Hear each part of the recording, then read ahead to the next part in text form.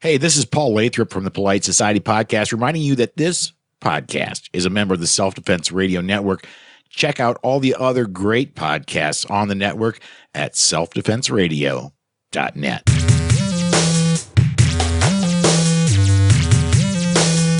Welcome to Unload and Show Clear, the podcast about all things IDPA. And now, here's your host, the high-functioning marksman, Lloyd Bailey.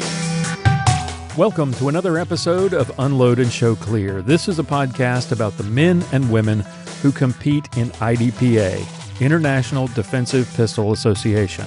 Now, I've been attending IDPA matches since 2011, and over the years, I've met some really amazing people thanks to this sport.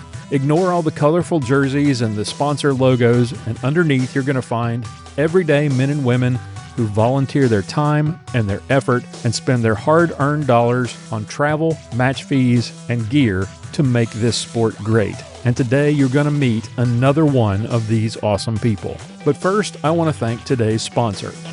For the reloaders in the audience, I've got a question for you. Have you ever ordered reloading supplies online? If so, who do you call when you need help or you need something special? When you call, do you talk to a customer service rep or can you talk to the owner? Well, if you'd prefer a personal touch and great customer service, talk to my friend Jim Swindle at US Reloading Supply. Jim is a retired law enforcement officer who's been reloading since 1972, and he founded US Reloading Supply back in 2014 as a family operated business focusing on helping shooters get the components that they need at the best prices. If you've got a special order, large quantities, or something you can't find at another website, call them for a quote and they will help you find what you need at a great price. Get all the top brands, get 100% satisfaction guarantee, never pay sales tax, and get free shipping on all non-hazmat items. Check them out online at usreloadingsupply.com. That's usreloadingsupply.com. or call them today, 941-451-7357, and tell them you heard about it on Unload and Show Clear. Our special guest today is Darryl Means from Yelm, Washington. Darryl, welcome to the show. Thank you, Lloyd. Thank you for having me. It's a true honor to be here, and I appreciate it. Well, thank you for sharing some time with us on your birthday. I do appreciate that. Tell us all a little about yourself. You're kind of famous among the Facebook groups, the IDPA Facebook groups. Tell us a little about yourself, where you're from, and what you do there in Yelm. All right. Well, I don't know if I would say I'm famous, by the way. That kind of just fell into my lap. That was actually started by a buddy of mine who I met many years ago when I first started shooting, and he had something unfortunate event and said, "I'm done with this. You can run it now." And so it kind of just fell into my lap. So a little bit about myself. I am a father of 3 in a blended family. My wife had 1, I had 2, and we came together and put that together. My family lives in Yelm, and I'm active duty Coast Guard. So I've been in for 11 years, but I'm actually stationed in Oregon. So I'm stationed in Astoria, Oregon. So I travel back and forth between the two. I have an apartment down there, and then my wife and I do what we got to do to make things work up here for the family. Well, thank you for your service. What interested you in becoming a Coastie? Yeah, funny story. So my best friend was actually joining the Army. My best friend Sig was joining the Army, and I went with him to the recruiter so he could sign his paperwork and get ready. And I wanted to be a cop, and I was like, I would join the Army if I weren't getting married at the time. And I was like, because if I go to war, because it's 2007, I have no problem doing that, protecting my country and everything like that, or defending my country. And, but it's not fair to the ex if I don't come back, So I was kind of thinking ahead just in case. And, he goes, well, if you want to do law enforcement, but you still want to serve, why don't you look at the Coast Guard? So I actually went into the recruiter since, they're all in the same area, and, talked to the Coast Guard recruiter, and I saw the guy that was rappelling out of the helicopter with his M4. I saw that, and I was like, that's like SWAT-like tactics. That's exactly what I want to do. And they said, all right, well, if you want to do that, you need to go gunner's mate, bosun's mate, or machinery technician, because they do the law enforcement, or that's kind of how it was pitched to me. And back then, there was no maritime enforcement specialist, which is what I am now. So when I first came in, I came in as a gunner's mate. And then I switched over to maritime enforcement. when they started that job. So that's how I ended up in the Coast Guard. So how much rappelling are you doing these days out of helicopters? I have never rappelled out of helicopters, actually, but That's how they suck you in. They show you all the cool stuff. And there's a ton of jobs out there. I just haven't been fortunate enough to get to them yet. But my job now is pretty rare for the Coast Guard. We go out to do security boardings, and for us, since we're right off the Columbia Bar, it's pretty rough out there, and we end up doing our embarkation usually via helicopter. And so I don't get to rappel down, but I get hoisted down, and it's I've only done it twice so far, but it's not a fear of heights; it's a fear of falling, and I'm hanging by this little cable, so it's a little nerve-wracking. But I'm trying to get used to it. So it's the next best thing to rappelling. Exactly. So did you grow up around boats and around? I mean, Yelm isn't on the ocean, so did it take some adjusting, getting used to being out on ship? And of course, like you said, with the waters out there being what they are, I imagine that took some getting used to, unless you were an experienced boater. Well, I wasn't an experienced boater, but my dad is retired Air Force, and he had a boat when I was a kid, so I had some experience, but I'm not a fish. I did some extra time in boot camp for swimming remedial, and so swimming is not a strong suit of mine, but I do enjoy being on or near the water, and so joining the Coast Guard wasn't too scary, and I've never been seasick, so that's kind of nice, but then it also kind of stinks when you're on a big boat, like I was stationed a couple years ago on a boat, and when people get seasick, the line to chow is so much shorter, but then extra work happens because people are down, so that makes it's a double-edged sword. Right. And for us ending up in Yelm, it just I decided to stay in the Coast Guard a little longer. I'm still trying to figure all that out, but I'm kind of over the hump, so I don't know exactly if getting out is the right thing to do. But I need to make sure I take care of my family, and that's the most important thing. So you were an Army brat or an Air Force brat. So how did your dad introduce you to guns early on, or was that something you picked up in the Coast Guard? Surprisingly, I knew very little about guns growing up. The first thing I'd ever seen was, I remember when we moved from Virginia, I saw my dad hand his best friend a box of ammo, and my first thought was, why is that happening? Not knowing that, my parents ever had anything to protect me. So I never thought twice about that, I just knew that I never thought twice. I was a kid, and everything's going to be okay. So I didn't know anything about guns really growing up. I did, I think, 1 year of air riflery in high school when I was in Hawaii, I believe it was. But my best friend Sig introduced me to firearms, I think around 18 or 19 years old when I met him. And surprisingly back then, not surprisingly, but funny back then, he actually loved Sig Sauers. So he had a 226 and we went out to the woods, exactly. And we fired one. And my first thought was, this is extremely loud, because I didn't have hearing protection. But I enjoyed it. It was, I don't know what it was about firing that round, but it was safe, if that makes sense. You're controlling when that round goes off. You're controlling where it goes. So there was really no fear. It was comfortable. It was fun. And so that's how I got introduced. And then when I was 20, getting ready to turn 21, the XD by Springfield, the original one, was getting so much publicity. So I was so excited. I'm like, I'm going to get an XD40, the service model. And I had never even fired a 40 cal or an XD, but I had decided then and there I was going to get one. And so when I turned 21, I got my concealed weapons permit, or a concealed pistols license here in Washington. And I bought an XD40 service model. Yeah, I still have it. It's up in the safe. That's one of those I can't let go. Right. So, that's very cool. There's sentimental value to that one.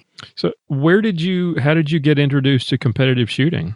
I want to say it was around 2006 or 2007. And I believe it was probably YouTube. I can't remember exactly, but I'm pretty sure I found something on the internet and thought, well, that's different. You know, you're not just standing stationary in a lane shooting a cardboard target, you know? And so being all about defending and protecting myself with my CPL, I decided, you know, like Sig and I were, hey, we got to find out where we can do this. And we ended up running into Renton Fishing Game Club. And I can't remember my first match, but I can remember that it was extremely fun to be doing something different. You know, you're walking and you're reloading and all these firearm fundamentals are coming in, and it's truly testing you because there's that stress of the clock, you know? Right.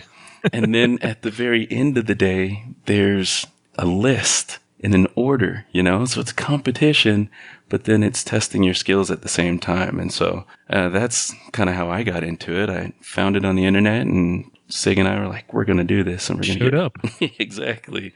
So. And you don't remember that first match? I don't. I every now and then go back and look on the internet, on YouTube, and try to find those old videos and see, one, how small I was. You know, 12 years ago, I was a lot lighter. And then I looked like a baby. And then just... Weren't we all? Yeah, right?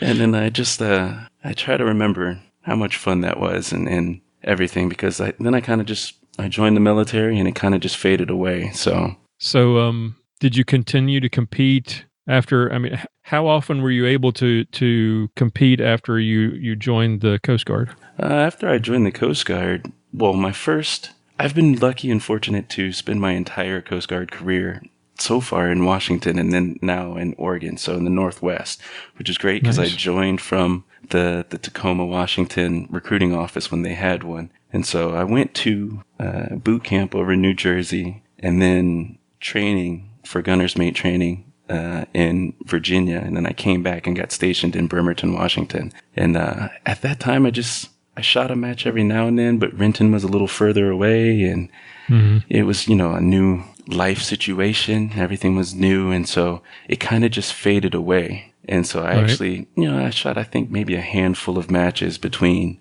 2007, 2008-ish, and then it just disappeared. And so I kind of fell back into the sport by my wife. And so, Really? Yes, my wife is the one that told me to go back to shooting, which was weird. And I tiptoed with that at first because she knows how I am. She knows how I am. It happened in, 2016. I went over to a buddy of mine's house, a coworker's house, and he had a Glock 19 Gen 3. And at the time I knew that I didn't like Glocks because I was an XD guy. Glocks, no, put that thing away. Give me my XD, I'm good. But I held his, and I didn't know it at the time, but he had about the price of the gun in the gun. All I knew is that I held his Gen 3 Glock 19 that's stippled with an agency arms, barrel agency arms, magwell, beautiful sights. It just felt natural in the hand, which was so weird for me because they never felt like that before. And then, you know, there's a different angle with the Glock, but his just felt natural in my hand. And little did I know at the time that there was a lot of work done to it, but I obsessed over it for about a week or two. I really did. I was looking up everything, like Glock this, Glock that, and I'm like, this can't be. You know, I've got 3 XDs in the safe that say that they're better, and you know, and I happened to come across, oh wait, Glock has a blue label discount, and at the time, my unit was doing some temporary duty, or we were allowed to go up to Seattle for Seafair. And on the way home one day, I had called a range nearby to see if they had blue label Glock 19s. And they did. They told me that they did. And so I was going to stop in and see what the price was. And I told my wife, I called her on the way home saying, hey, if I can find a blue label Glock 19, would you be okay? You know, I have to ask permission because I don't want to bring it home and then have, you know, an angry wife. That does not go well. And so, Happy wife, happy life. Exactly. So she said, if you can find one, go ahead and get it. Not knowing that I was sitting in the parking lot of the range that I had already called and found one. So I said, okay, I'll see what I can do. And I get this Gen 4. I get home. I didn't bring it in the house. And the first thing she says to me is, where's it at? So I bring it in the house. I show her. I'm so excited. I'm like, look at it. It's so brand new. Oh my gosh. And, and she was like, okay, and at the time the deal was I had to sell a firearm to get one. So I sold one of the XDs and I got this 19. And then shortly after, for the next few days, I'm just YouTube how to disassemble it, how to reassemble it. I'm a kid in a candy store, or I'm a kid on Christmas Day with this new tool. And so we got our CPLs for our anniversary, our wedding anniversary. And so I started carrying this again, and she goes, well, you should start shooting competitions again. And I don't know if maybe that was her ploy to get me away from video games or something. But she said I should do it out of the house somehow. Exactly. Maybe that was her ploy right there. I'm spending too much time with him. It's time for him to go do something. So but I tiptoed with it because she knows me and she knows that I'm an all or nothing kind of guy. And so just like finding this, Blue Label one and doing all this research on how to take it apart and, parts and, aftermarket parts that you can put on this gun. She knows that I'm going to obsess about it. So for the first few months, I kind of just dipped my toe in it and was asking her, are you sure this is what you want me to do? Because it's going to consume me. I buried this box a while ago. And she said, no, as long as you can keep a balance between your family and shooting, you're fair game to go have fun with your friends. So she's the one that keeps me grounded and makes sure that I'm not spending too much time away from the home, especially now that I'm already back and forth. And she's the one that pumps the brakes when I get a little too far with the with the obsession. So yeah. So has she ever come out and does she come out and shoot with you? She has come out to shoot a couple times, not IDPA. I've tried to get her interested in it. She's thought about ASI. I believe that's Action Shooting International. Shooting International. I've tried to get her interested into it and to come out, and then it gives her an opportunity to work on, firearms manipulations and stuff like that, and that added stress. But she wants more practice first.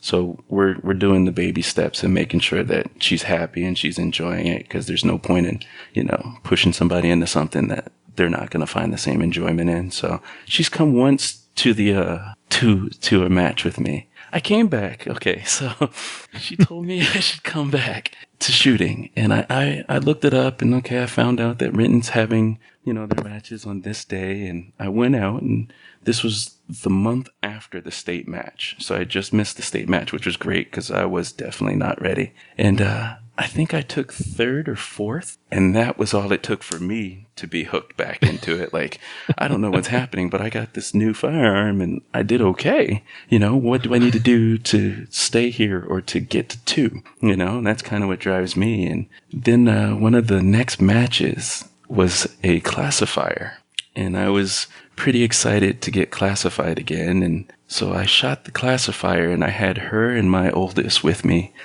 And the first string, this is the old classifier, the first string, or the first series of strings went well, and then the second string went well, and then that further one with the barricade did not go well with me. And I was hoping, I had it set in my mind that I could hit expert, which would be phenomenal because I was never an expert. And even when I shot back in 2006 and 2007, I was marksman. I got a match bump to a sharpshooter. So the idea of coming in as an expert, I was excited about. And I fell short of that goal. And she had to deal with me pouting for a while. And at that point, she was like, I don't think I want to be at the range with you when you're shooting a match. So she hasn't come back out yet. And I've got to I got to work on that. Call me when you get better. Right? Exactly. So I've made Master now, but she wasn't there to see it, and she just sees me excited that I did it, or she sees me come home a little sad when I don't perform the way I hope to. So it's nobody else's fault but mine, and That's right. it's sometimes hard to swallow that bit of truth. So what was your first sanction match? my first sanction match was 2007 Oregon State match where I shot the XD40 service model, the one that I have in the safe.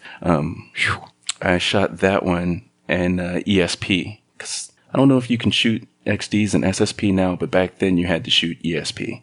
And so, Right. And so I had happened to buy the press that I have now. I still have it. I bought that back, I think, at the beginning of 2007. So I wasn't shooting factory ammunition anymore.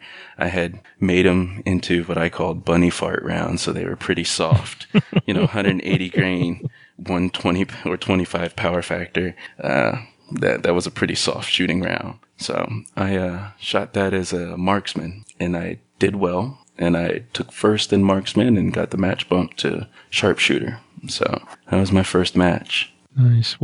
Anything specific about that match jump out at you? It's the first time you get out there and you're actually competing against a bigger field of shooters, especially if you're shooting in a different state. That can be kind of eye-opening for people. Oh, it was definitely eye-opening. But I had the luxury of going with a group of friends, and so we all did really well at the match, and so it felt kind of like a local match, but with a lot harder challenges, if that makes sense. Right. I do remember that there was one stage where I believe you started in a bathtub. I'd have to find the video, but I remember that there was a stage where you started in a bathtub, and then I remember that back then they had there was targets that had shirts on them, so you couldn't even see the down zero zone. You had to know where to be aiming, and those were things that I never experienced at my local matches at the time. And I don't really think I've shot shirted targets, if that's the correct term, really since. You shoot with the bags on them here in Washington, but I don't remember T-shirts on them. But that was something that was definitely different and a completely new challenge, which was fun. So, So you made the jump from sharpshooter to expert, and then from expert to master now, right? You're a master in CDP, CCP, ESP, and SSP. Were those separate bumps, or was that part of that whole where you get bumped in one and it applies to the other? I got the bump from expert to master by the universal, and it's kind of bittersweet. I enjoy it, but it's a different challenge when I look at it from a different point of view. The bump from marksman to sharpshooter happened at that 2007 match. And then once again, I stopped shooting and I came back and started off as a sharpshooter again, a high sharpshooter. And then I dry fired like crazy, and I made expert. I think it was at the beginning of last year, January of last year, I think it was, with the new classifier. I don't think it was this 5x5 one. But I don't remember which one it was, but the one that last year. And I made expert. Right, 72 round. Yeah. The modified, the not the 5x5 thing or 5x5x5, but yeah, the abbreviated 72 round classifier, right? Yes, that one. So I made expert on that one, and then my first thought was, holy cow, now I'm playing with the big boys. Right? Because experts have potential to win their division, to win the match. They're kind of sleepers. And so I'm going, I don't know if I belong here, but the paper says that I do, and that's scary. I've got to chase guys like Joey and Joey Russo. Right. And so those were my goals back then, to just try to get closer to the guys that are consistently at the top, and I don't shoot a ton because of financial or, family time and everything like that. So I was, for the most part, really only getting live fire practice when I would go to the monthly Renton match. I would only really shoot that one match. And so, but I dry fired like crazy for the first year. year and a half. And I always had it every night. And so I made expert there, and then I made master right before the state match. I think it was 3 weeks before the state match this year. So a couple months ago with my Glock 17 in SSP. And then that's when they gave me the universal. And my buddy, my shooting buddy was like, I bet you can't do that with the 19. I'm like, all right, in practice, we're going to set it up and I'm going to prove to you I can. We haven't done it yet, but so I got the universal, which is crazy because I don't even own a CDP gun. And that's the part where I'm like, oh man, I don't know if I like this because here I am, a master right. in a division that I don't even own a gun to shoot in. So I started to say that seems a little odd that the universal automatic. That's probably a rule that I would change. Because I think CCP and CDP, because of the mag capacity restrictions, are probably, I could see having a master in one of those apply to the other, but not having your SSP master apply to CDP or CCP. It doesn't seem. I agree. Like this, it's almost a different game. I completely agree because you can stage plan a lot different, even with those 2 extra rounds or 3 extra rounds, 2 extra rounds. So, I mean, you can be a little bit more aggressive because you've got the ammunition to take a makeup shot or whatever. And so, I agree, but I primarily shot CCP since I bought the 19, and that was my carry gun. That was the one that I was going to use because I wanted to get better with that. The whole goal was to get better with what I have. And so I was used to CCP, and that's the one that I truly enjoy shooting. And so I agree that CCP would make more sense. I don't know, though. I agree with the universal, though, because here I am on paper, a 4-division master, but since I've never classified with bug, my bug says marksman. And is that, every now and then I think about going down there and sandbagging, but then I'm like, it's not right. So, but so there I agree with the universal because I'm going, I don't want to, what if I am a marksman down there and here's this guy that's completely sandbagging, just destroying everybody. It's not fair that way. So it's bittersweet. Yep.